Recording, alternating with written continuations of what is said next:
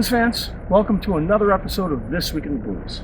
I'm your host, Jimbo Big Train Matson, with the blues band Big Train and the Loco Motives. We're in Clarksville, Mississippi at the Shack Up Inn. No trip to the Delta is complete without at least visiting the Shack Up Inn. Great place to stay as well.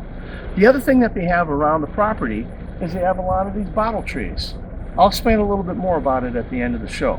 Until then, let's take a look and see what happened this week in blues history. Blues legend Arthur Big Boy Crudup was born August 24th in 1905. Now, he may well have been Elvis Presley's favorite bluesman, since Presley recorded no less than 3 of Big Boy Crudup's classics, including That's All Right Mama. Often lost in the shadow of Presley's covers are Crudup's own contributions to the blues genre. He didn't sound much like anyone else, in part because he didn't pick up the guitar until he was 30 years old. Crudup was named Big Boy because, well, he was a pretty big guy. Wynonie Harris, also known as Mr. Blues, was an American rhythm and blues singer born on August 24th, 1915 in Omaha, Nebraska. He was a vital figure in the post-World War II blues scene, known for his electrifying performances and his significant influence on the development of rock and roll. This blues shouter is best remembered as a singer of upbeat songs, featuring humorous and very often with suggestive lyrics. He had 15 top 10 hits between 1946 and 1952. Harris is attributed by many music scholars to be one of the founding fathers of rock and roll. His up-tempo blues song, Good Rockin' Tonight, which emphasized a backbeat and a saxophone solo, is mentioned at least as a precursor to rock and roll. Blues guitar player Castro Coleman, also known as Mr. Sipp, was born August 25th, 1976. Now, Mr. Sipp is the 2014 International Blues Challenge winner by the way of the Vicksburg Blues Society, as well as the 2014 Gibson Best Guitarist Award winner. The same year, Castro was given the Bobby Rush Entertainer of the Year award by the Just Blues Foundation.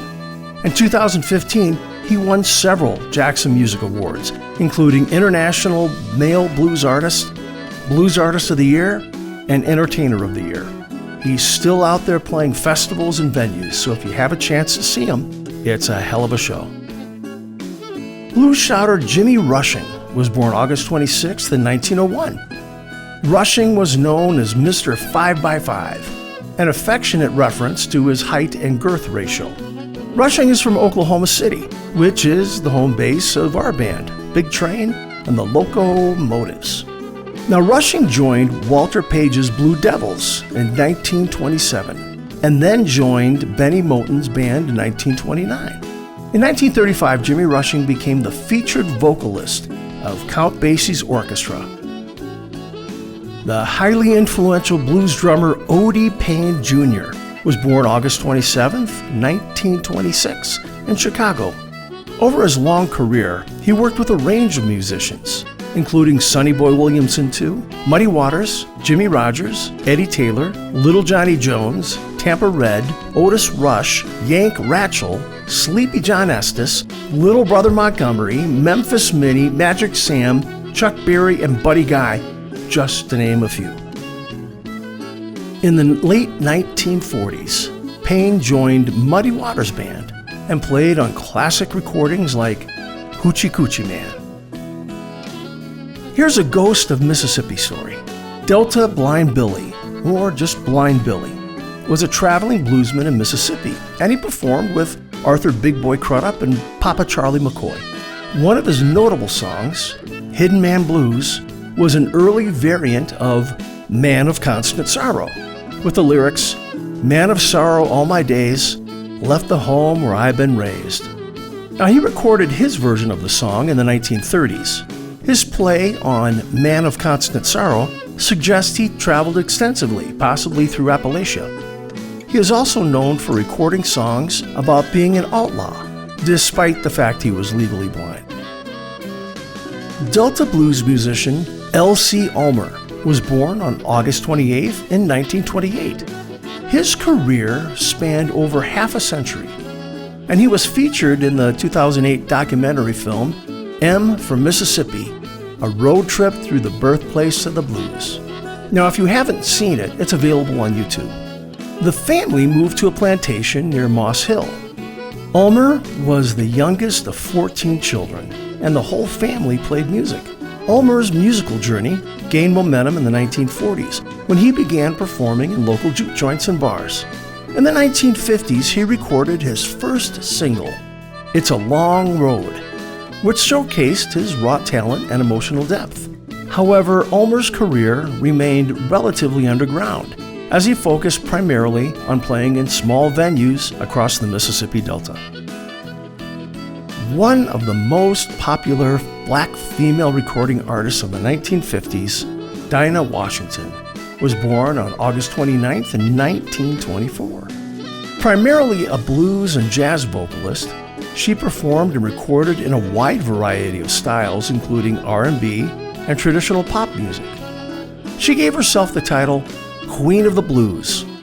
She was a 1986 inductee of the Alabama Jazz Hall of Fame and was inducted into the Rock and Roll Hall of Fame in 1993.